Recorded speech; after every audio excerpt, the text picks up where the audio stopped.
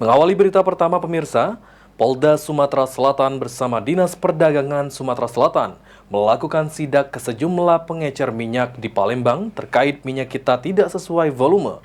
Hasilnya petugas tidak menemukan kemasan minyak kita yang tidak sesuai takaran. Kalau untuk sekarang Bu, kita udah bisa dagang. Satgas Pangan Polri melalui Subdit Indaksi Ditreskrim Suspolda Sumatera Selatan bersama Dinas Perdagangan Sumatera Selatan melakukan sidak secara acak ke pengecer minyak goreng merek Minyak Kita yang beredar di Kota Palembang pada Selasa pagi 11 Maret 2025.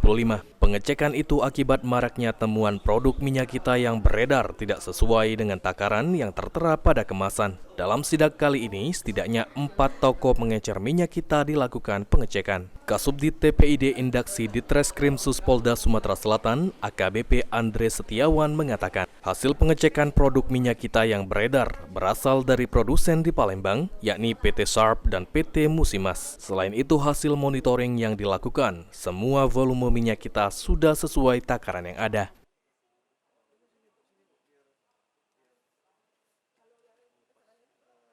Monitor dari hasil pengecekan sesuai dengan harga headnya itu masih sesuai ya, di bawah 15.700. Rata-rata ada di 15.500. Kemudian dari kemasan, termonitor untuk kemasan untuk minyak kita itu ada dari produsen yang ada di Palembang. Satu dari PT SAP dan satu lagi dari PT Musimas ya.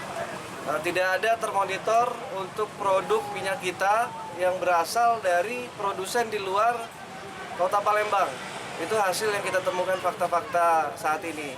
Namun, kita akan tetap melakukan pengecekan untuk secara kontinu bersama dinas terkait. Satgas Pangan menghimbau jika masyarakat menemukan produk minyak kita yang beredar tidak sesuai takaran atau dijual di atas height, dapat mengadukan melalui media sosial Instagram Ditreskrim Suspolda Sumatera Selatan atau Dinas Perdagangan Sumatera Selatan. Tim Liputan, PAL TV.